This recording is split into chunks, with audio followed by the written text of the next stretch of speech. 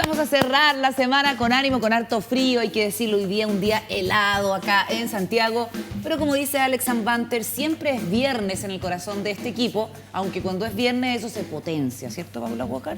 Al doble. Al doble. Al doble, buenas noches. Buenas ¿Cómo estás, noches. ¿Qué tal, Juan Diego? ¿Cómo estás? Muy bien, Carolina. Oye, el día en que además se confirma que en Argentina hay un caso de viruela del mono, y cuando hay en un país limítrofe algún tipo de enfermedad contagiosa, sabemos que es cosa de días contados para que llegue. Y encuentro que la viruela del mono es como ya el colmo de los colmos. Lo que botó la ola. Lo que botó la ola es como por la viruela del mono. No, era como lo Está muy qué buen chiste, ¿eh? ¿Te gustó? Muy ¿Salió bueno, gracioso? sí. Qué bueno, gracias. Porque yo no soy buena para los chistes. Tengo chispa, pero no soy buena para los ¿no chistes. eres buena para los chistes? No, soy buena para la talla. ¿Qué dices? Bueno, eso ¿Tú? fue una talla. Tú eres buena para los dichos. Yo soy pésima para los chistes, pero solo recuerdo uno que por supuesto no... Pero ¿cómo nos dice eso? no puedo Obligada a contarla. contarlo. Pero un chiste muy antiguo, solo recuerdo Ya, uno. vamos a hacer una cabina de chistes algún día. ¿Y tú eres bueno para los chistes? No. No, ya, definitivamente no. Bueno, vamos a estar hoy día con Alejandra Jorquera acá en el estudio. Como ustedes saben, es la periodista, panelista que nos acompaña todos los viernes. Y hacemos una revisión de las declaraciones más importantes de la semana. Tuvimos invitados súper estelares esta semana acá en Tuvimos de Días lujo. Contados. Sí, de lujo, de lujo. Pero partamos con lo que se ha estado aprobando en la llamada Comisión de Normas Transitorias de la Convención Constitucional y que de ahora pasa al Pleno. Hablemos del preámbulo en segundo piso.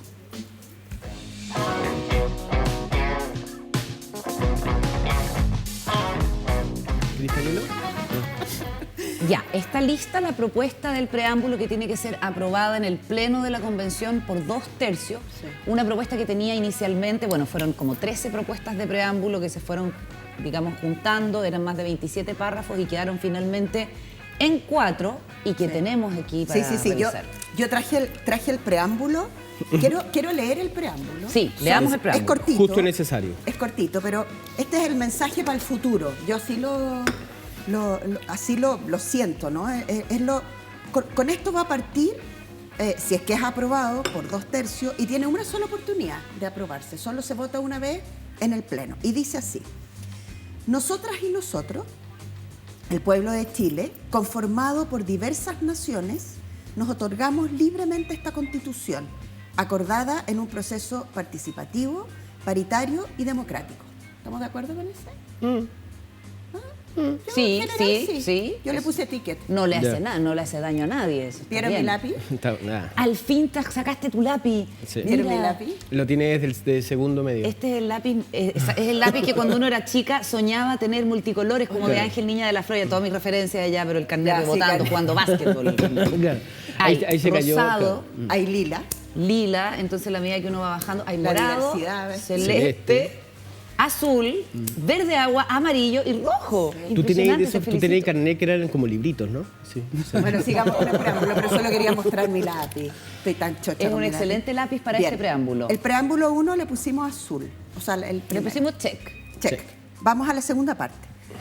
Considerando, y aquí es donde hay más, entre este y el siguiente hay más debate, considerando los dolores del pasado y tras un estallido social, enfrentamos las injusticias y demandas históricas con la fuerza de la juventud, para asumir esta vía institucional a través de una convención constitucional ampliamente representativa. Me gusta la última frase, pero lo de aludir solamente a los dolores en un texto tan importante es como que nuestra república solamente estuviera fundada en dolores. Y hacer una alusión tan directa al estallido con la fuerza de la juventud. Juventud. Sí, ¿por qué no Cuando agregamos seamos, más, sí. o no? O sea, no es solo No, la fuerza pero de la además, juventud, súper importante, pero ¿y todos nosotros? ¿El Sí, resto? lo que En yo tu entiendo caso, es claro, que tú no te sientes incluida dentro. No, yo me siento súper con joven. la juventud. Ah, pero ya. pero mi carnet no dice lo mismo. Yo creo que uno ¿tú es no te joven de sientes cabeza. incluido? No, fíjate. ¿Qué? No se siente incluido, dice. Lo Ya, que la pasa es juventud. que el estallido fue empujado con la fuerza de la juventud, eso es lo que uno entiende. Pero yo les quería preguntar si están de acuerdo con que se incluya el estallido como hito del inicio de este ¿Te proceso. imaginas perdón, Digamos, para que quede en el preámbulo, si es ineludible. Mensaje al que- futuro. imagínate en 20 años más que se diga, es necesario colocar... Bueno, pero eso hablemos al final el resumen, pero, Ah, pero bueno, claro, sigo, pero sigo. eso el Aquí 18 de Eso la vamos a octubre poner en es duda. ¿Qué pasó? Ya. Medio tic. Con ello, hemos decidido mirar hacia el futuro, con esperanza y cambiar nuestro destino, sin importar el origen, condición o creencias de cada cual, para construir una sociedad, ese puntico más raro ahí, para construir una sociedad justa, consciente de su relación indisoluble con la naturaleza, amenazada por la crisis climática, que promueva una cultura de paz y diálogo con un compromiso profundo por los derechos humanos, la justicia, igualdad y libertad. Y remata el preámbulo, y aquí se acaba. Este es el preámbulo que va antes de los muchos artículos de nuestra nueva Constitución, 492. si se aprueba.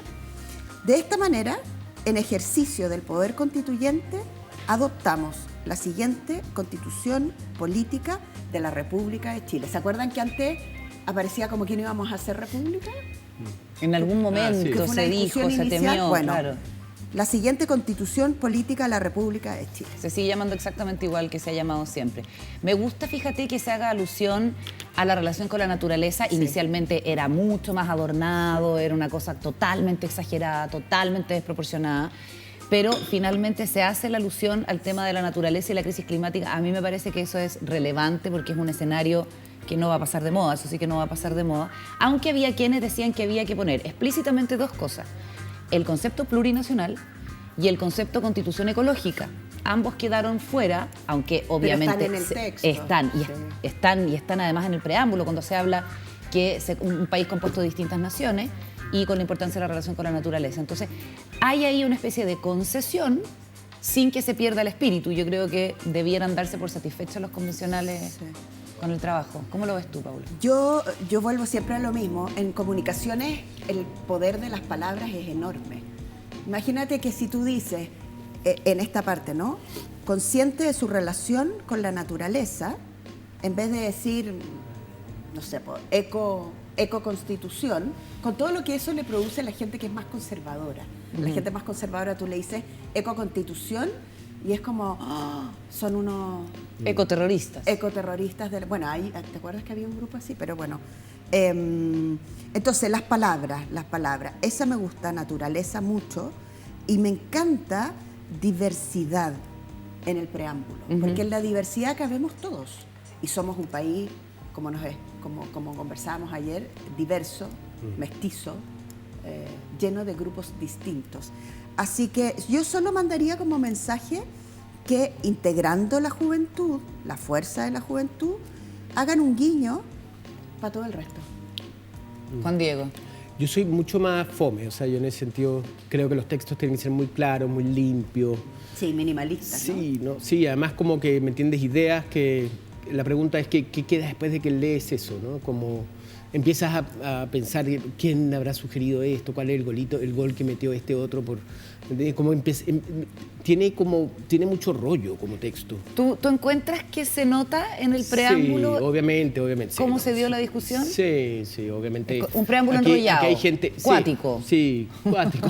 Sí, puede ser. Preámbulo cuático. Sí, un poco cursi, Un poco cursi. me pareció. Pero tiene una cosita así, un poquitín así, Sí, tiene un cursi. parcito. Son un poco cursis en general los preámbulos, como las canciones de amor. No, para nada, no. Justamente, no. Los que he leído yo son Son al hueso. No, el de Alemania es una cuestión después de la Segunda Guerra, es una cuestión al callo. Así no, aquí no hay nada que decir.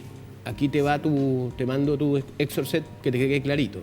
Este como que le da la vueltita, le hace un guiño a uno, le hace el guiño a otro. Sí. O sea, se ríe de ti, te dice juventud.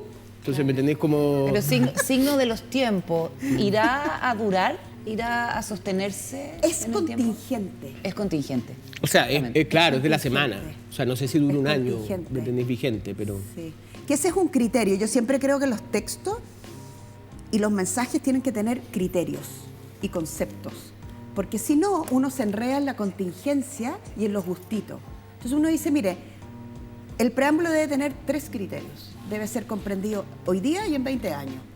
Debe, 2 más porque no le voy a dar tantas ideas. Entonces, tú dices, bueno, si tiene que ser comprendido hoy día y en 20 años más, hay cosas que ya no caben, si todos ajustan el criterio, ¿no? Aparte que tiene efectos legales, tiene efectos políticos, o sea, lo que queda escrito también genera efectos, no es solamente floritura y qué lindo El el preámbulo preámbulo. tiene Sí, pero yo Sí, no sé, sí, ¿sí? porque está dentro de la Constitución. Ah, mira. Tú puedes acudir a ese para defender un caso. Por ejemplo. Ah, sí. No sé, no Sí, te pregunto. sí, O sí. escribir una ley. Tiene Es decir, efecto dado jurídico. que en el preámbulo decimos esto, Ahora, yo creo que... somos un país con muchos dolores y mucha injusticia, eso sí. Es efectivo. O sea, Pero, para mí, pero, Yo creo- pero no somos solamente eso. no, obvio que ¿Te no. fijas? Sí, pero a ver, Entonces a hay ver, una a cosa ver, como de no, carga media victimizada. Sí, está bien. Sí. A mí, ¿qué país no tiene dolores? Yo creo que Alemania es sin dolores, ¿no? ¿Cómo no va a Francia, tener dolores? ¿cómo no va a O tener sea, eso sí que Alemania? tiene dolores. Para Alemania, tomar sería imagínate. educación. ser país es tener dolores. Sí, pues. pues, O sea, todos los imagínate países. O sea, los toda países la- se constituyen por a eso, partir de la violencia, las guerras, la Chile no es dominación. el país con más dolores. Chile es un país con dolores que hay que curar, que ojalá... dice, considerando Pero los voy. dolores. No seamos tampoco, ¿me entendés? Como esa victimización Los del dueños Chile. del universal, del No, dolor pues, universal. como todo país que ha evolucionado por los siglos de los siglos, tiene situaciones lamentables, tiene situaciones bonitas, tiene alegrías, ¿me Tiene entiendes? épica, Claro, tiene tragedia. pero cortémoslas con la cuestión de los dolores. Me interesa- Solucionemos ese tema. Juan Diego Montalva, me interesa lo que estuviste conversando con la gente de la Corte Suprema y la preocupación que en específico tienen ellos con la implementación de las normas que, entre paréntesis, alguien, no me acuerdo quién, valoraba que, a pesar de ser a simple vista una constitución maximalista, deja las decisiones más importantes al legislador. Es un texto constitucional que confía en el rol del legislador. Bueno, ya vamos a hablar de los 2/3, pero esa cuestión sí que es contingente. Y hay normas que va a costar años implementar y no hay mucha claridad de cómo van a andar esos plazos. ¿Qué te contaron en el reporteo? No, a mí, fíjate, sí, lo que más me queda y que me quedó como frase es que esta Constitución se puede demorar 10 años en empezar a funcionar. Y más. O sea, implementar esta Constitución es una larga tarea. O sea, desde el principio, bueno, hablemos del polémico caso de los tribunales de los pueblos originarios. Discutamos. ¿Quién va a integrar los tribunales? ¿Qué textos son en los que se va a basar los tribunales? ¿Quiénes van a integrar? ¿Dónde va a funcionar? ¿Qué edificio le vamos a construir? Ya, Los tribunales indígenas. indígena. Después tenemos, por ejemplo, vas a cambiar, que a mí me da mucha risa, eso sí que es ser doloroso, ¿ah? Porque el Estado tiene 3 poderes, el Poder Judicial, el Poder Legislativo y el Poder Ejecutivo, ¿no? Ahora tenemos 2. No. ¿Cómo? Claro, porque, No, bueno, pero a lo que voy, que yo molesté a gente con que conversé del Tribunal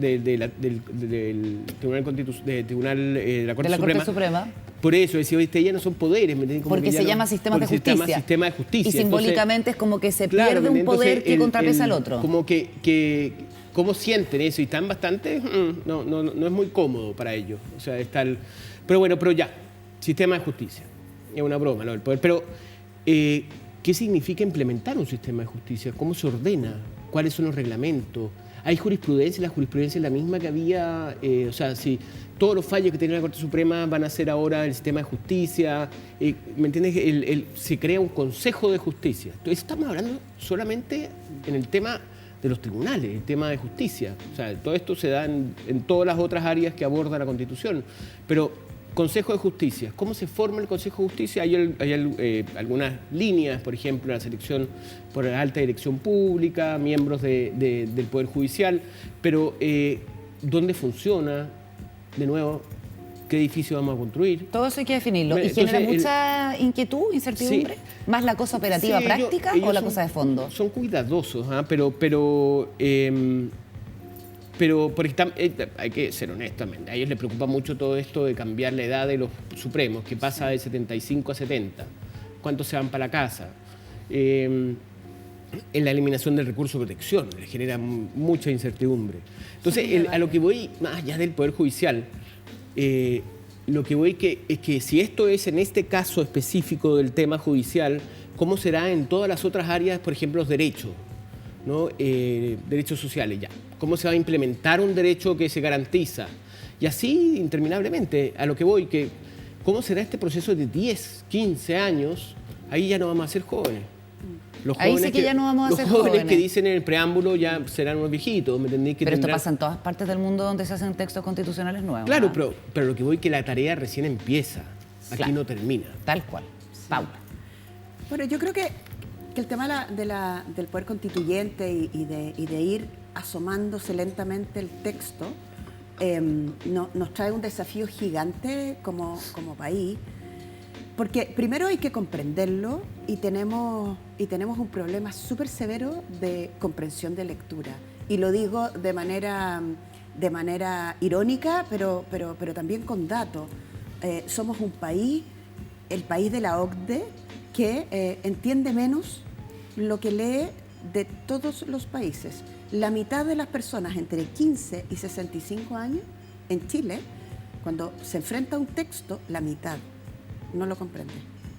Entre 15 y 65 años. Entonces, vamos a necesitar de una comunicación súper efectiva para informarnos y que cada cual tome la decisión que tenga que tomar, pero que comprenda sobre lo que va a tomar esa decisión. Y creo que ahí el desafío que va a tener el gobierno, que le corresponde informar, y un montón de partidos políticos, organizaciones los sociales, colegios, las familias, la pedagogía, municipios, comprender qué significa, no leerse todo el texto probablemente, pero hacer un ejercicio de simplificación y comprender otra cosa, los cambios, cuando son todos de una sola vez, ya sabemos lo que nos pasa. Con los Big Bang. O sea, porque es demasiado. Yo creo que los países toleran ciertos niveles de incertidumbre, pero no todo el nivel de incertidumbre. Por lo tanto, creo que ir implementando progresivamente la nueva Constitución es una buena idea, no es una mala idea. Oye, vamos a hacer una pausa, el corte, a la vuelta estaremos conversando, como dice nuestra pantalla, con la periodista Alejandra Jorquera, con quien revisaremos los momentos más destacados de esta semana en Días Contados. También trae papitas, temas reporteados por la Ale, que son bastante polémicos. Antes, WOM tiene algo que decirte. De regreso en esta edición de Viernes de Días Contados, en que junto a Alejandra Jorquera revisamos lo más destacado de la semana y algún otro tema que trae ella como papita. ¿Cómo estás, Alejandra? Bien. Bienvenida. Gracias. Qué bueno tenerte por aquí. Gracias. Estábamos hablando en el bloque anterior sobre el preámbulo de la Constitución y la dificultad para implementar las leyes que derivan de las normas, o más o menos los plazos y las aprehensiones.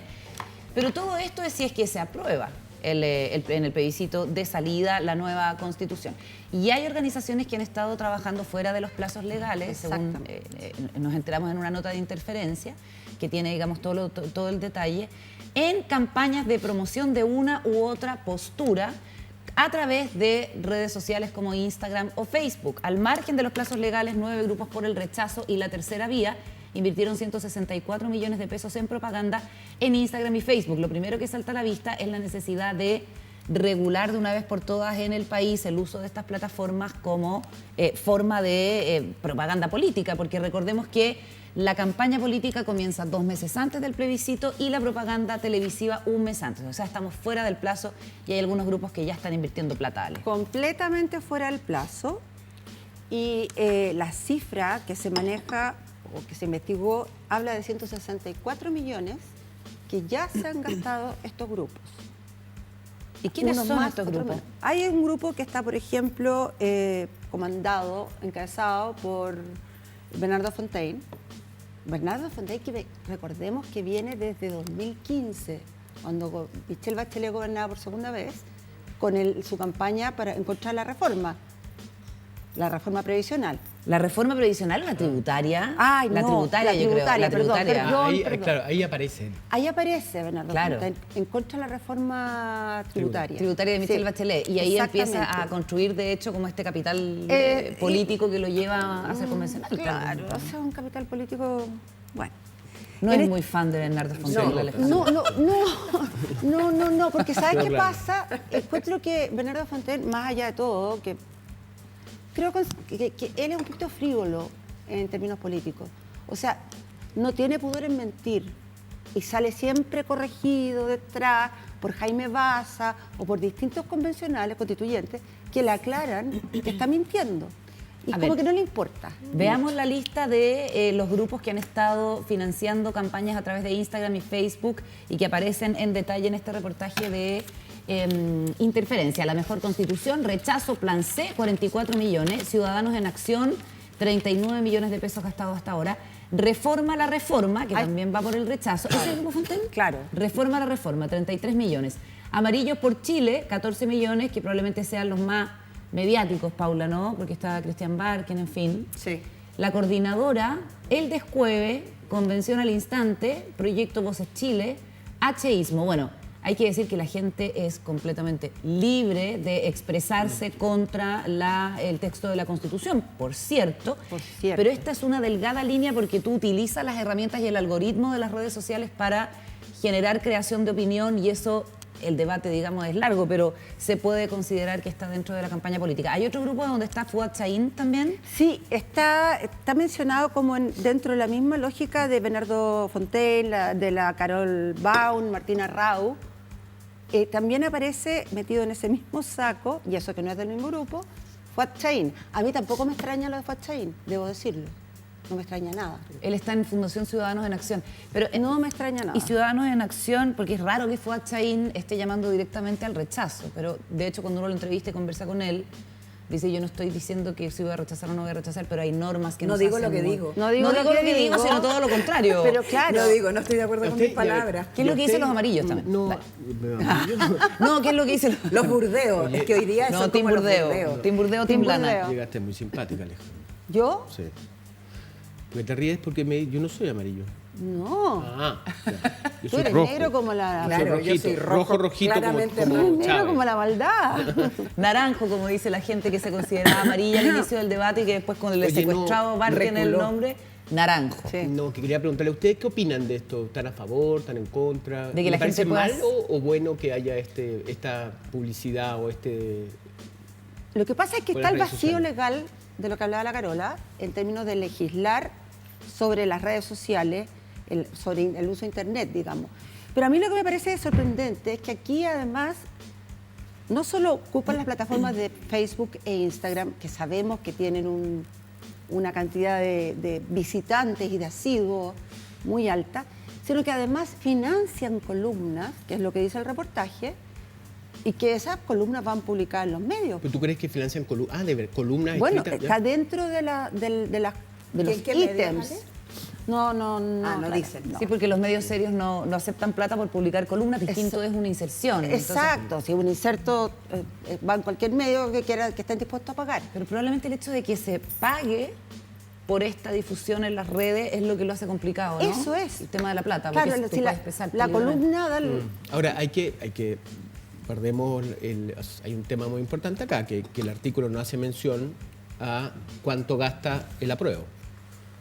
No Es sabemos. verdad, es No verdad. sabemos cuánto gasta el apruebo. ¿Me entiendes? O sea, en ese sentido yo creo que el artículo quedó corto. Ya, pero El- ¿sabéis qué? Yo Le creo falta que- una pata. El apruebo no gasta. No, si la prueba estuviera gastando mucha plata, cosa que no sabemos, yo no dudo que esta gente de este medio electrónico lo habría publicado. No Sí, sé. me parece raro. Es que No. no es tan fácil pesquisar esas cosas. ¿Ah? Hay que... Pero bueno. Pero lo concreto es que esto significa que estamos permanentemente recibiendo información, muchas de ellas que puede ser falsa, en pro de llamar a votar rechazo, porque ¿qué está haciendo amarillo? O la tercera vía, que también es una manera compleja, porque, o sea, si esto no resulta, hacemos otra y vámonos por un camino intermedio, que es muy raro. O lo que está haciendo amarillo, que en el fondo lo que está haciendo amarillo es una manera un poco más solapada, pero de llamar a votar rechazo. Oye, yo tengo un proyecto de investigación en la Universidad de Santiago que justamente lo que nos dedicamos fue a mirar la violencia en plataformas de Twitter y contra las mujeres constituyentes. Desde que partió la conversación sobre una nueva constitución, por lo menos lo que nosotros pesquisamos, fue de inmediato una campaña. Nosotros no pesquisamos si era pagada o no, pero lo que sí había era una campaña el día 1 de vamos a rechazar cualquier cosa que salga de esta conversación porque no creemos en esta conversación. Dicho con palabras muy distintas como se los digo yo, Claro. porque era un ataque a las mujeres convencionales en el fondo. Y tenemos la data desde junio del año pasado hasta, esperamos, ahora septiembre.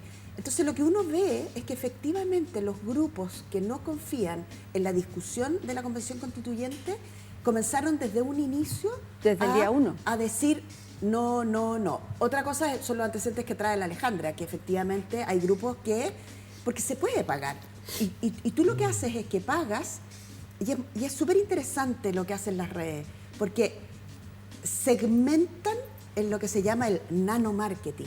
Claro. Es decir, que son capaces de llegar a grupos súper chiquitos de personas.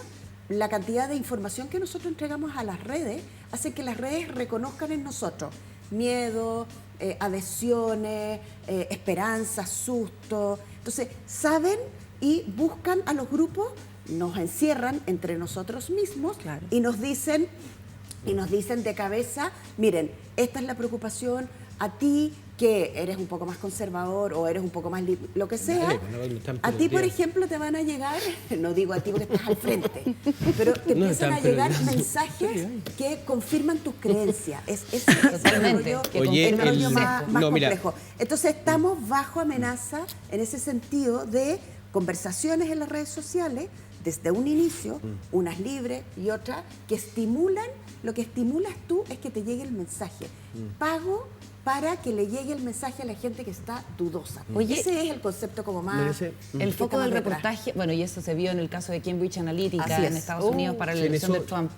Quería decir que el reportaje de interferencia de Felipe Arancibia, el foco lo pone en estas organizaciones que muy temprano, cuando estaba haciendo su trabajo la convención, empezaron con estas campañas de desprestigio del trabajo de los constitucionales y también directamente de información falsa. Por eso está ahí el foco y lo hacen a partir de datos de Meta, que es la empresa propietaria de Facebook, así que son datos que están disponibles. Por eso no está lo del apruebo, ¿no es cierto? Porque aquí hay una intencionalidad, y es lo que trata de probar el reportaje, de desprestigiar o dañar o qué sé yo, desvirtuar el trabajo de la convención. Eso quería decir. Juan Diego. Cuando les preguntaba sobre el tema de qué les parecía, así, que tampoco es como que no se considera muy grave el hecho de esta noticia, en términos, yo creo que lo que discutimos acá, y sin embargo a mí, no sé, yo le diría a la prueba que se pusiera las pilas, porque hay dos casos que para mí son bien emblemáticos y que yo los trabajé harto en su momento, que era el tema de lo que fue la elección de Trump y la elección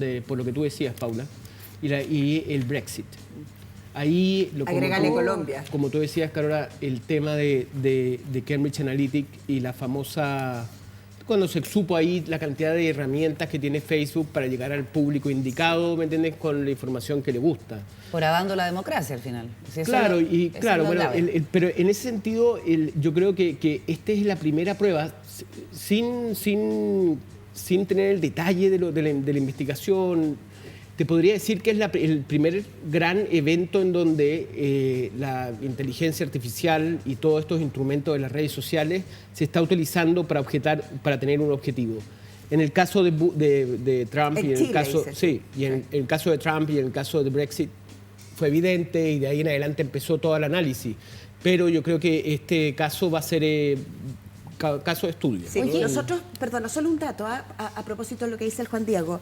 Hicimos una encuesta con DataVoz y Derechos Digitales, donde nos preocupamos de preguntarle a las personas sobre procesos de desinformación. De hecho, el concepto se llama, un concepto más o menos nuevo, del 2016, se llama desórdenes informativos, que es un concepto súper interesante. Algunos es bien anglosajón, ¿no?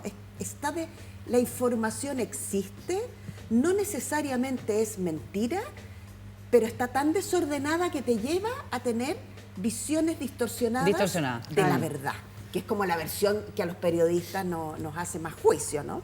Bueno, esa encuesta en Chile decía que la mayor cantidad de personas que se informaba del proceso constituyente lo hacía en primerísimo lugar a través de las redes sociales. A través de las redes sociales. Y la velocidad de reproducción de las noticias falsas es 6-1 en el caso de las noticias verdaderas. Es gigante. Alejandra Jorquera, quiero que comentes con nosotros a la vuelta de lo que vamos a ver a continuación, las declaraciones de Jaime Belolio sobre lo que está pasando en el plebiscito, el debate de la convención, y así tú nos cuentas también cómo ves todo este tema del plebiscito de salida. Vamos a escuchar las declaraciones de Jaime Belolio aquí en Días Contados. Yo diría que yo quiero esperar obviamente que se termine con sus transitorios. Para mí es muy importante lo que se hagan los transitorios. ¿Porque ya leíste el borrador? Sí, no lo leí completo, no leí 499. Los había ido leyendo a medida que se iban aprobando. Pero me falta también ver cómo eso va a conversar una vez que esté armonizado. Claro. Hay algunas cosas que son incompatibles de armonizar, pero espero ver cuál es ese resultado. Y los mismos transitorios son relevantes, o sea, me preocupó muchísimo cuando el ministro Jackson dijo que lo que querían hacer era legislar por decreto. Me pareció gravísimo. Claro. Y espero que obviamente corrijan esa parte. O sea, no es que lo haya dicho directamente, pero como que se abrió la posibilidad de que si hay imposibilidad de que el Congreso vea todo, o si es muy complicado que para explicarlo, ¿no? Sí. Que el Congreso transforme en leyes todas las normas de la Constitución, algunas de esas normas para hacer operativo el nuevo sistema político puedan dictarse por decreto desde el gobierno, algo que desde el Congreso han criticado mucho. Claro, Álvaro porque Elizalde significa dice que, saltarse el Congreso. claro, que es saltarse el Congreso, que las dictaduras... De hecho, los últimos de Fele los firmó Pinochet. Exactamente. Entonces, a mí no me parece que eso Esta entrevista fue el lunes, estábamos hablando de los decretos con fuerza de ley, hoy día ya es viernes y resulta que estamos hablando de los 2/3 que se aprobaron en la Comisión de Normas Transitorias y que tienen que pasar al Pleno. O sea, la velocidad del debate es muy intensa, Alejandra. Es intensa y creo que Jaime Belolio, como muchas otras personas más partidarias del rechazo que del apruebo, está un poquito equivocado en lo que dice respecto a los decretos. Porque ya lo aclaró el ministro de la Secretaría General de la Presidencia, Giorgio Jackson, lo aclaró ayer, creo que por segunda vez, que es muy acotado las cosas, las pequeñas decisiones que por decreto podría tomar un presidente de la República. Claro, que fue lo que propuso el Contralor. Claro, Álvaro Elizalde también reclamó. Camila Vallejo dijo sentada ahí donde está la Paula que Sí, había hablado con el senador Elizalde porque era muy hay que feo entender- imputarle al gobierno esta intención de gobernar bueno, por decreto. o sea, bueno, volvemos a los socialistas díscolos. Hay que entender ahí que lo que está haciendo Álvaro Elizalde es defender su gremio. ¿Cuál es su gremio? Senado. El Senado. Claro. Y Que se acaba su en mandato 2026. se termina en 2026 y probablemente él quiere ir a la reelección, cosa que podría haber hecho porque sería su segunda vez. Y fíjate que no. Entonces, claro, todo lo que sea. Igual hay que reconocerle, pobrecito, o sea, me preocupa No sé qué va a hacer de Elizalde. Buscará pega, pues, como todos los seres humanos. Uy, No pero que tiene están su razón. peladores hoy. No, pero es que por favor, o sea, es tan ¿Y qué les notorio. parece a ustedes que haya senadores que en la propuesta de la convención tengan que desechar 4 años de su periodo legítimamente, digamos, adquirido por la votación? Porque son 8 años al 2026, la mitad Sí. del Senado va a haber cumplido su periodo, entre ellos tu íntimo amigo Álvaro Elizalde. Y la otra Ya mitad... se supo. Y la otra mitad se va a disolver su periodo. ¿Qué les parece antidemocrático? ¿Les parece alineado a lo que se está debatiendo? Juan Diego, ¿cómo lo ves? Complejo, pues, hay un tema ahí que hay que reconocer que tiene su punto, que es el hecho de que ellos fueron elegidos por votación popular y se le eligió por 8 años. Entonces, ¿por qué te vas a mandar a guardar una decisión? 2 años más, digamos. Sí, pero bueno, No, que 4. termine su periodo, son 4. Termina en el Sí. 2030. sí. Claro. Claro. ¿Me entendí? Sí, sí, sí. Entonces, ¿quién es más importante, la votación popular o la decisión que tome otros actores? A mí eso me parece delicado, pero me encantaría discutirlo. No tengo posición al respecto. Creo que es un hecho relevante. Bueno, lo que decía Christian Monker el otro día, ¿no? ¿Qué decía? Que pedía que, en la entrevista aquí, Ah. que él consideraba que los parlamentarios, los senadores en ejercicio tenían que terminar su mandato. Claro. Pero ahí... Por mandato popular. Sí.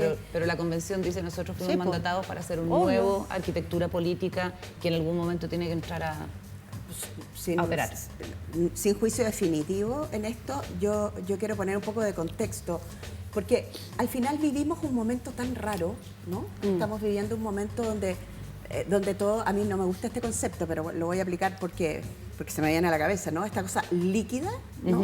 En torno a una constitución que va a cambiar las reglas del juego, un Senado que se acaba si es que el Pleno termina votándolo el 2026 y por lo tanto vamos a tener un proceso de generación de leyes que ya no va a tener el contrapeso del Senado como lo conocíamos, va a tener otro contrapeso que es el de la ¿cómo se llama? Cámara de las Regiones. Sí, así ¿no? se Sí, pues, Y por regionales. lo tanto, piensen en los 30 años de Senado y piensen en los 30 años de no Senado, pero con un contrapeso regional.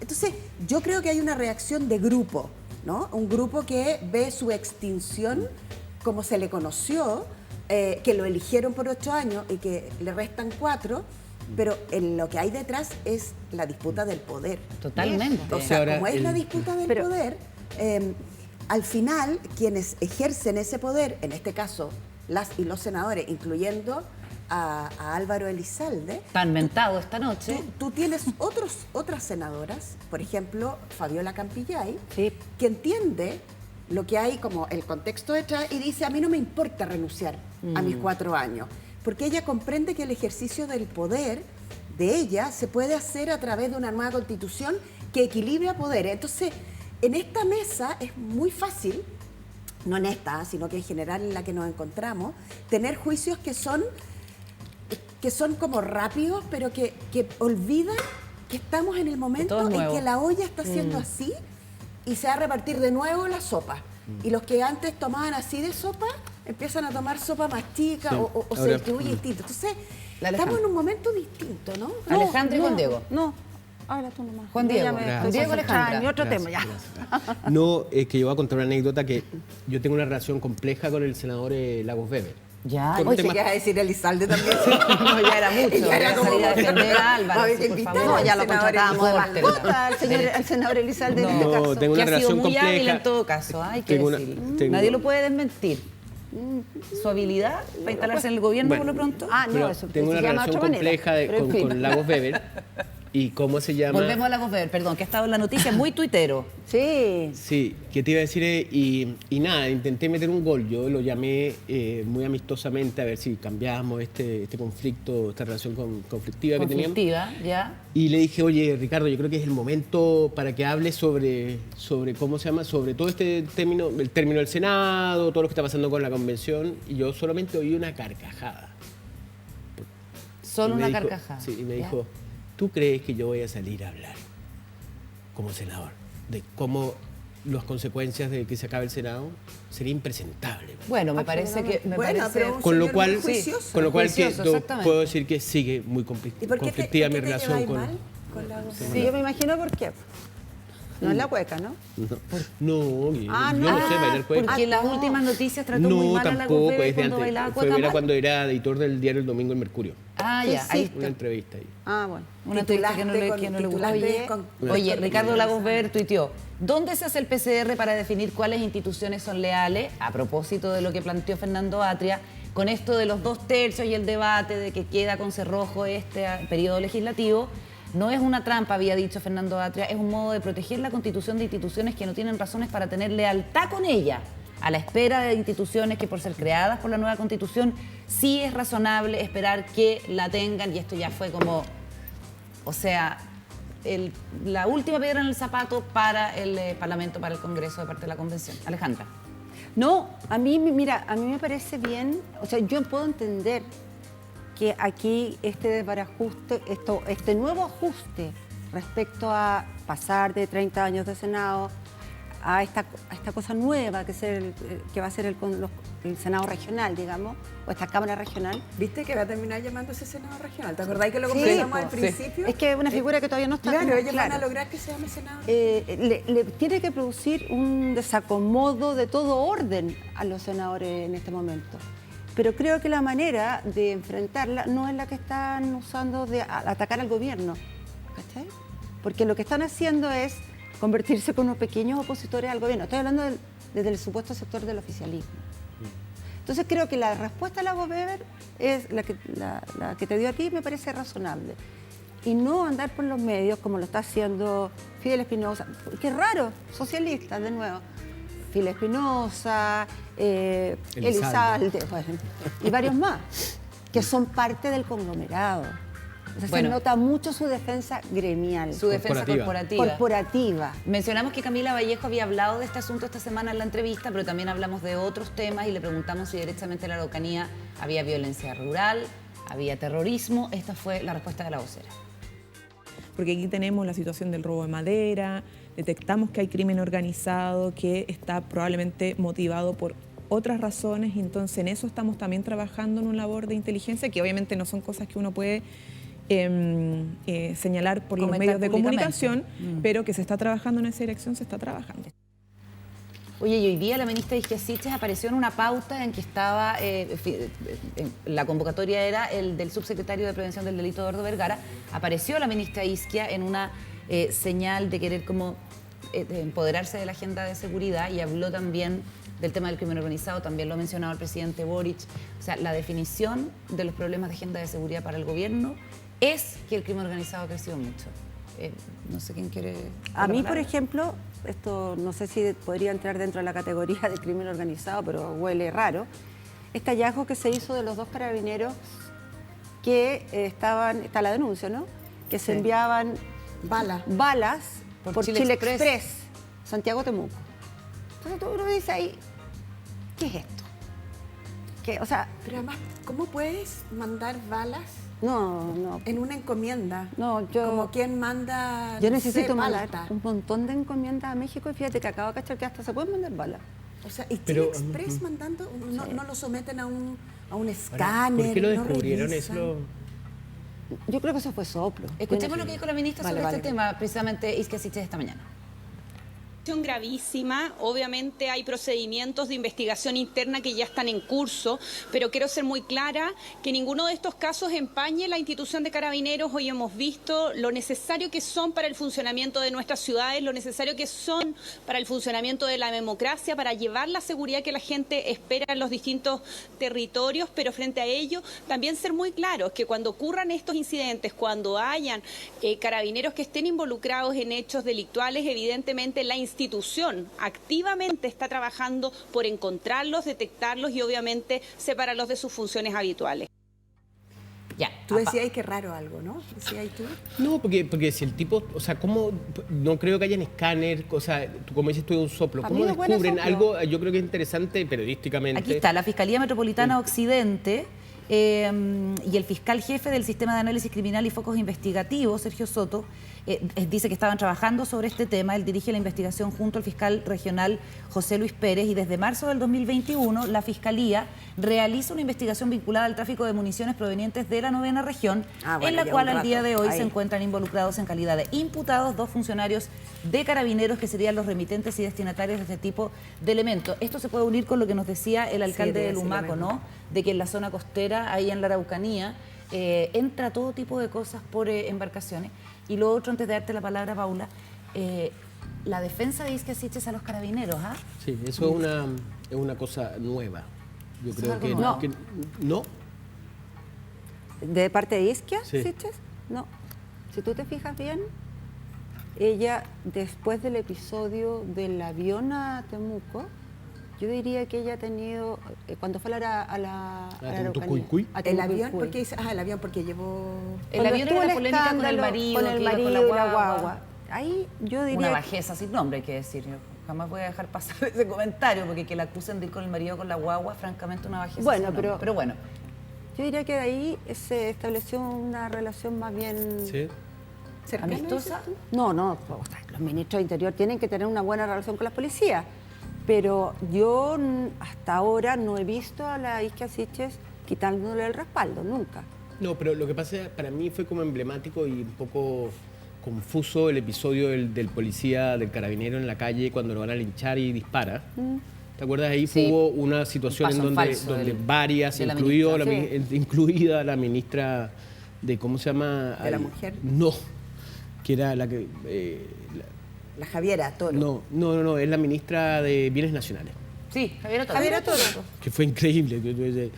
O sea, como que todo el gobierno, o sea, varios actores del gobierno aprovecharon el momento y ella ahí como Estamos que... hablando del incidente, para ponerlo en contexto, en que un carabinero en una protesta interfiere, un carabinero que estaba solo, disparando al aire para evitar que básicamente lo linchara un grupo como de 8 personas y al principio se vio como brutalidad o exceso policial y el gobierno agarró papa, para decirlo en buen chileno, y después tuvieron que desdecirse cuando apareció toda la secuencia. Yo creo que de ahí imágenes. empieza un cambio, pero yo, bueno, desde mi humilde punto de vista, yo creo que como que la veo mucho más cómoda al decir, ¿me entiendes? No empaña a la institución de Carabineros.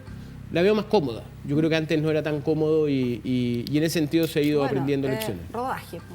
Exacto. Empezó el rodaje y claro, Baño de realidad. baño de realidad, pues. La ciudadanía Sí. pide carabineros. Ahora, yo creo que el punto acá relevante es que hay un fiscal investigando sobre un tema que además nos deja a todos bien, iba a decir a poto pelado, pero no lo voy a decir, nos deja a todos desnudos porque nos provoca una profunda inseguridad descubrir que los carabineros trafican armas y las llevan al sur. Si el fiscal persiste en esa investigación, si además esto se manda en encomienda, sea un soplo o no sea un soplo, lo importante no es el soplo, creo yo, lo importante es que la justicia, en un Estado de Derecho, determine si es verdad y si es así, cuánta raíz hay hacia atrás, porque al final desestabilizar el orden público, en este caso, de manera tan brutal como está sucediendo en el sur, lo vimos con el alcalde, lo conversamos largamente esta semana, ha sido una semana muy aciaga, muy triste.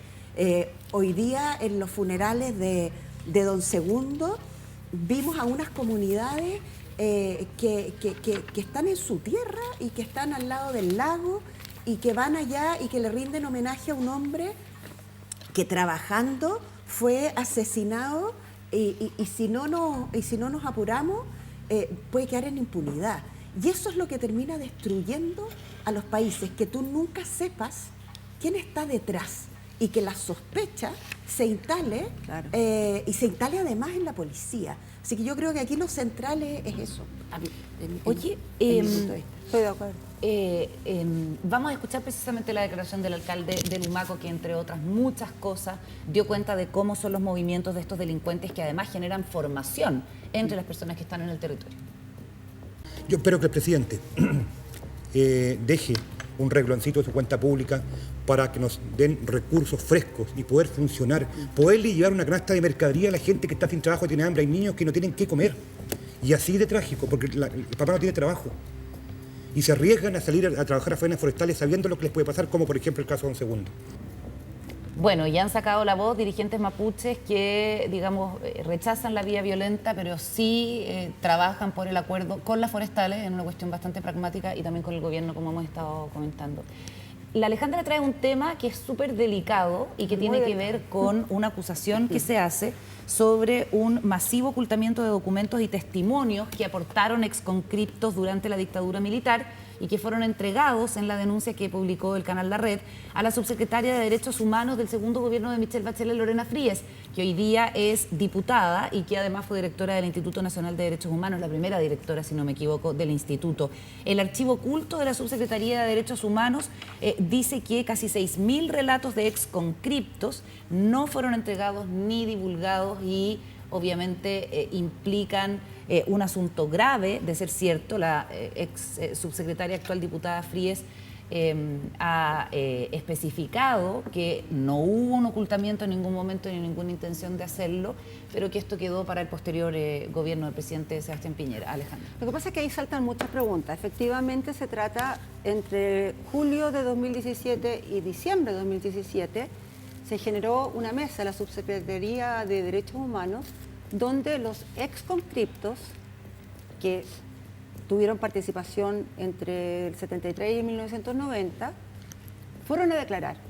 Ellos hace mucho tiempo que habían hecho gestiones para declarar porque querían ser escuchados en calidad de víctimas y principalmente pedir algún grado como de reconocimiento y reparación.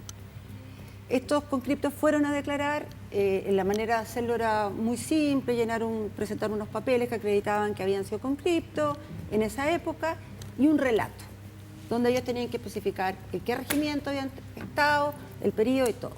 Bueno, lo que sostiene la gente que investigó esto es que a pesar de que el programa de derechos humanos depende de la Subsecretaría de Derechos Humanos, ¿ya?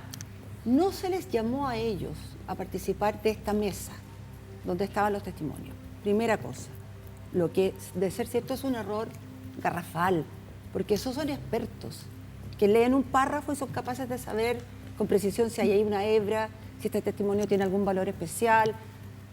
Perfecto. Y se elaboró bueno, ellos declararon 12.000 conscriptos, exconscriptos. Después de eso se elaboró un informe y ese informe por la Subsecretaría de Derechos Humanos se entregó el 8 de marzo de 2018, 3 días antes de que asumiera Sebastián Piñera. Lorena Frías dice que ese testimonio se lo envió a Lorena Recabarren, que fue su sucesora, por las vías formales, y también a Hernán Larraín, ministro de Justicia de aquel entonces. La pregunta es, ¿por qué ese informe Lorena Frías no lo presentó en tribunales? Ella da una serie de explicaciones. Sin embargo, que tienen que ver con que básicamente como que faltó sistematización y que esperaba que Lorena Recabarren, subsecretaria de Derechos Humanos de Sebastián Piñera, siguiera con eso. No lo hizo. Lorena Recabarren se desentiende completamente, dice que ella nunca vio el informe, que después se reunió con las agrupaciones de Exconcripto y que ellos básicamente querían reparación económica o reconocimiento de su calidad de víctima. Sin embargo, lo concreto es que esta información se guardó. Y el informe que hizo Lorena Frías, o que lleva su firma, detalla una serie de cosas de cómo declararon, de su calidad de víctima, etc. Pero hay un párrafo que Lorena Frías, que a pesar de que ella lo menciona en sus defensas, el capítulo 4.4 del informe, no es un párrafo, dice, no obstante, algunos casos se reconoce participación en la custodia de prisioneros, allanamientos, detenciones, así como la perpetración de graves violaciones a los derechos humanos. O sea, ahí hubo testimonio de exconcriptos que no solo fueron víctimas, sino que presenciaron, o incluso pueden haber sido victimarios también por órdenes, casos de crímenes que se están investigando hasta el día de hoy.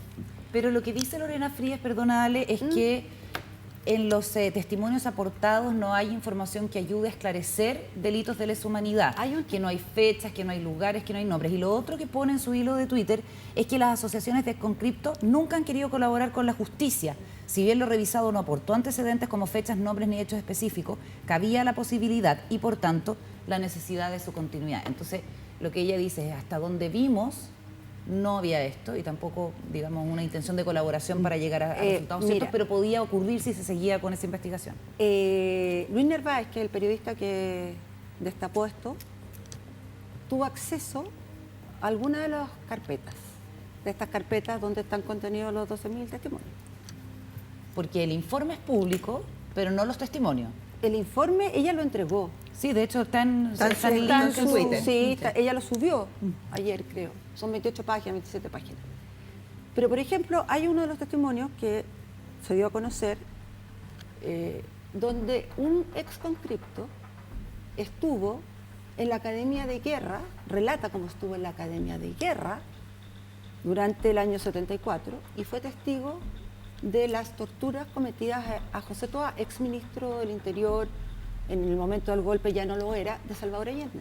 Un caso emblemático. Un caso emblemático, un caso que todavía no tiene, o sea, al que le faltan todavía muchas cosas para terminar con el fallo, y que Nelson Caucoto no sabía, Nelson Caucoto que lleva todos estos casos. Hay 800 casos abiertos hoy en investigaciones de crímenes de lesa humanidad de detenidos desaparecidos y ejecutados que no se sabe. Entonces uno se pregunta, a ver, si tú sabes, porque has trabajado en derechos humanos, etc., que hay 800 casos, que hay ministras en visitas dedicadas solamente a esto, ¿por qué este informe no lo diste a conocer? ¿Por qué hay 12.000 ¿por qué hay 12.000 testimonios guardados? ¿Por qué estaban en una bóveda? Que es lo que se informa. ¿Y por qué crees tú?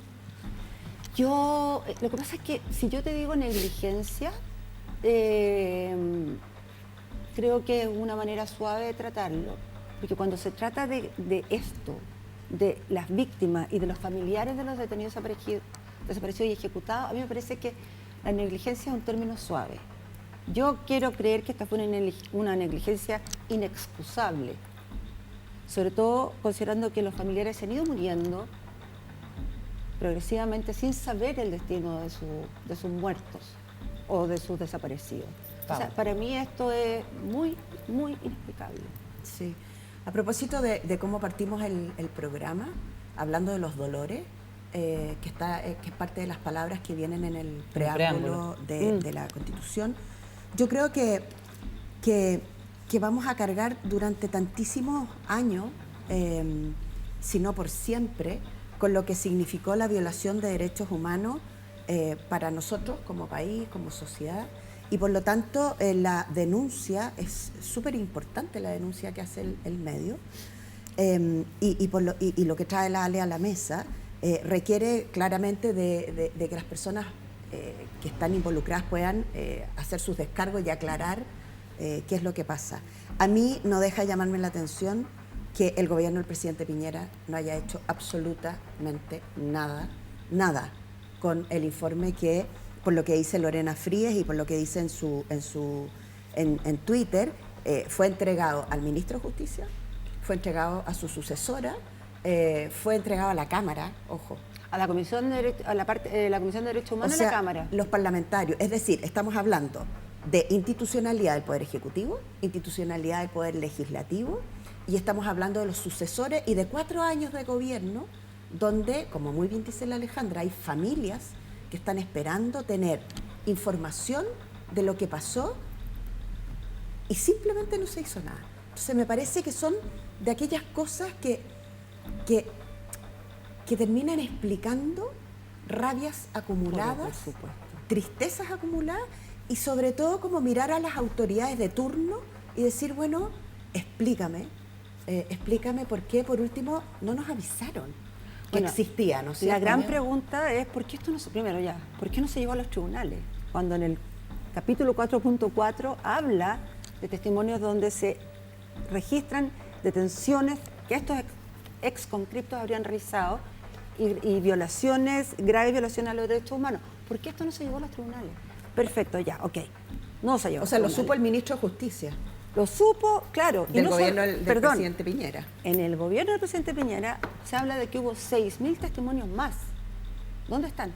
Claro, porque esto lo que uno entiende es que fue una instancia de recolección de testimonios que inició el gobierno de la presidenta Bachelet, su segundo gobierno, y que la idea era que tuviera continuidad hasta que aparecieran cosas que jurídicamente se pudieran llevar a los tribunales. Entonces, lo que yo entiendo que dice Lorena Fríes es que en la primera parte, la que le tocó a su gobierno, no había antecedentes porque no había voluntad de las asociaciones de conscriptos, y da la impresión de que lo que se queja ella y las personas que estuvieron a cargo de esta información es que los conscriptos quizás iban más bien por indemnizaciones económicas, sin tener necesariamente la voluntad real de aportar. Y lo que entiendo es que la subsecretaría debía haber continuado con ese trabajo, a ver si efectivamente se reunían nuevos antecedentes que pudieran, digamos, ayudar a resolver casos jurídicos, y el gobierno de Piñera no lo hizo. Lo dejó stand-by ese programa. Suponer que el gobierno de Piñera le podía haber dado una continuidad es un poco naif. Por último, yo creo... Habría sido un buen punto para él, ¿eh? Sí. Sí, yo creo que habría sido pura ganancia. Bueno, habría sido pura ganancia. O sea, el cierre de Punta Peuco, como el cierre del batallón de telecomunicaciones. Lo que pasa es que dentro de los testimonios de los exconscriptos también hay referencias a todo lo que tiene que ver con la región del Maule y Curicó, etcétera, Parral. Entonces ahí entramos con la indignidad. Hablando del ministro... Estamos hablando del ministro Hernán Larraín. Y ahí se estima que entre 100 y 150 casos de personas que fueron a dar a con la indignidad en calidad de detenidos y que, por supuesto, están o ejecutados o desaparecidos. Lo único punto que yo insisto en que no exculpa a Lorena Fríes es que en el punto 4, el capítulo 4.4 de su propio informe, ella reconoce que dentro de los testimonios que ella recibió de los exconscriptos hay casos donde estos exconscriptos habrían participado en violaciones a los derechos humanos. Y eso esto es una bombita que tú tienes que correr a los tribunales y entregarlo. Correr donde la Paula Plaza, que es una de las ministras que está llevando estos casos, ministra en visita. Lo concreto es que hoy día la subsecretaría, a través del Ministerio de Justicia y Derechos Humanos, se anunció que se entregarán todas las carpetas a tribunales. Perfecto, ese es el corolario. Claro, que la subsecretaria de Derechos Humanos, Aide Oerrauter, va a poner a disposición de los tribunales toda esta información. Ahí está, mira, testimonios de participación en violaciones a los derechos humanos contra civiles. y ahí está lo que se conversó. ¿Viste? Se reconoce participación en la custodia de prisioneros, allanamientos, detenciones, así como la perpetración de graves violaciones a los derechos humanos. Se ve cómo los conflictos eran obligados a mantener malos tratos hacia transeúntes en horas de toque de queda o hacia prisioneros, detallando las represalias que sufrían en caso de no tratar a dichas personas con la severidad requerida. Son testimonios de un valor, digamos, ético muy importante, un valor testimonial importante, pero que también pueden tener valor jurídico, y por eso es bueno lo que va a hacer la Subsecretaría de Derechos Humanos. Me parece bien, y sí creo que... Ya, no digo más. No, porque que debiera haber un reproche político a quienes no lo hicieron. Yo pregunto por qué, si ya no lo estaba haciendo Lorena Recabarren, que fue la subsecretaria de Derechos Humanos que sucedió a Lorena Fríes, ¿por qué Lorena Fríes nos dio una entrevista y dijo, está esta información? Espero que mi sucesora siga con este proceso porque hay información muy sensible. Bueno, me quedo con esa duda. Otra de las cosas que pasó en la semana fue la visita de Guillermo Tellier acá al programa, que nos habló de lo que nosotros nos gusta decirle en días contados, la cláusula Jadwe, porque sí o no que ha sido tema político. Oye, pero Jadwe se manda solo, no pertenece a un partido, le está haciendo la cama al gobierno, ¿cómo no hay un presidente de partido que saque una declaración, que matice las cosas? Le preguntamos sobre eso a Guillermo Tellier y esta fue su respuesta. En el Pleno del Comité Central se sacó una resolución porque lo que nosotros discutimos y que está claramente expuesto en el documento es que se han producido diferencias pública entre dirigentes del partido. Y lo que allí se dice es que las diferencias tienen que verse internamente. Y por lo tanto yo no voy a hablar aquí porque si no sería abrir una polémica. Pero hubo cierto raspacacho entonces. No hubo raspacacho, hubo una... Porque no solo fue para Jadwe, fue para otros y otras. Entonces yo espero que acatemos toda esa resolución, que es del Pleno, que es la autoridad máxima del partido. Bueno, yo creo que con esa declaración dejó todo bastante claro. Se habló en el Comité Central de la improcedencia de este tipo de comentarios contra el gobierno. Me estaba fijando en la cuenta de Twitter de Daniel Jadwe si es que ha estado con ese tipo de declaraciones últimamente o en su programa. Si tuvo efecto esta decisión tuvo efecto esta decisión. Juan Diego. De pedirse más recato en sus comentarios, ¿no? No creo que... Bueno, podríamos ver, ¿eh? Sí, qué mal pensado yo. Podríamos ver si se acata. República Independiente. Claro, acata lo que decide el Comité Central del Partido Comunista. Yo creo que él está por la suya y la posibilidad de ser candidato siempre es algo que gira en su cabeza. Lo hemos visto en otros candidatos de otros sectores también. O sea, todo el que quiere ser candidato y se tira a ser candidato presidencial, es difícil que deje de ser candidato presidencial. Entonces, yo creo que a él se le ha exacerbado un poquitito sus ganas, pero... Ahora, ¿yo puedo decir algo? Puedes, por supuesto. Hoy, 27 de mayo, diría que Daniel Jadwe con su campaña, no estoy diciendo que esa sea su intención, ni mucho menos. Él ya se lanzó en campaña el día que el presidente Boric asumió. Yo no sé si está Daniel Jadwe dándose cuenta de que con su campaña basada en pegarle al gobierno, lo único que está haciendo es serle funcional a José Antonio Kast. No tengo claro si él lo tiene claro. O ayudando al propio Boric, al menos que le dé yo creo que él está apostando a ese punto duro, a ese sector duro de la izquierda, que tal vez él dice, ellos son los que me van a levantar de nuevo y yo voy a... Yo tengo la impresión de que más que cosechar para él, esto puede ser una cosa que termine favoreciendo a José Antonio Kast. Paula. Sí, debe ser difícil para Jadwe todo lo que pasó, porque imagínate que Jadwe era como, durante mucho tiempo era todo el mundo decía, oye, nos va a gobernar un comunista, va a ganar un comunista, ¿te acuerdas? Y de repente apareció un chiquillo que dijo, oye, me faltan 22.000 firmas, y entonces... me encantaría competir con él. Claro, sería bueno que esta cosa no fuera así como... Y se tiró él, y dijo ya, era como el telonero, el presidente Boric en esa época. Totalmente el telonero. Que todo el mundo viene a ver al artista principal, que era un fenómeno, que era Jadwe, que hasta ahí venía con su farmacia popular y con un montón de iniciativas súper interesantes. A propósito, yo las encuentro interesante hacer política pública desde el territorio y ver la Universidad de Recoleta, bueno, un montón de cosas. Y de repente se sube al escenario como el señor del sur con su guitarra y dice algunas cosas. La rompe. Y la rompe y después llega Jado y todo el mundo, no, verdad, no sé qué. Nos quedamos con el artista que venía antes. Pero Le ganó el telonero. Pero ¿cómo se puede respirar por la herida tanto tiempo? Porque Es esa que es la yo locura creo, fácil, ¿no? es que sabes que yo creo que los seres humanos somos seres humanos siempre. Somos seres humanos en todos los roles, ¿cachai? Y la gente que es media picada, es picada. En una de esas podría terminar siendo el Carlos Altamirano de... que esperamos que no. No des idea. El Carlos Altamirano de... Yo una vez tuiteé eso, fíjate. ¿En serio? Sí. Ah, mira, viste que igual nos Y me parece... retaron por compararlo con Carlos Altamirano y yo escucho que... Queda muy alto. O O sea, le, no. le regalaste a Jado de Ni estatura. tanto. Yo escucho que Carlos Altamirano tampoco es tan... No, digo, pero Carlos Altamirano para la UP fue un cuchillo de palo. No, fue una... Fue Aunque me reten la claro. gente que lo quiere, es Pero un cuchillo de fue desastroso, o sea, mató a Allende en gran parte y ¿cómo se llama? Y en ese sentido... Pero no solo a él. Bueno, El partido ya entero. tendremos tiempo Sí. para hacer un Su capítulo partido especial entero. de los entretelones del gobierno de la Unidad Popular. Ale, muchísimas gracias por la participación en este bloque, como todos Gracias a los viernes. ustedes. Hasta la próxima. Nosotros nos vamos a la pausa y ya seguimos con la última parte de Días Contados. Ya, chiquillos, De regreso en la última parte de Días Contados, edición de viernes. Qué rico que viene un fin de semana por delante. Pero obviamente que ya nos anticipamos a lo que va a pasar la próxima semana, en que el miércoles 1 de junio el presidente Gabriel Boric dará su primera cuenta pública. ¿Cuál crees tú que es por dónde van los tiros? ¿O por dónde debieran ir? No, son días bastante, ahí Paula sabe más que yo, pero a mí me tocó solamente ver uno. ¿Te tocó una? En el gobierno ¿Y de cómo Piñera. eran?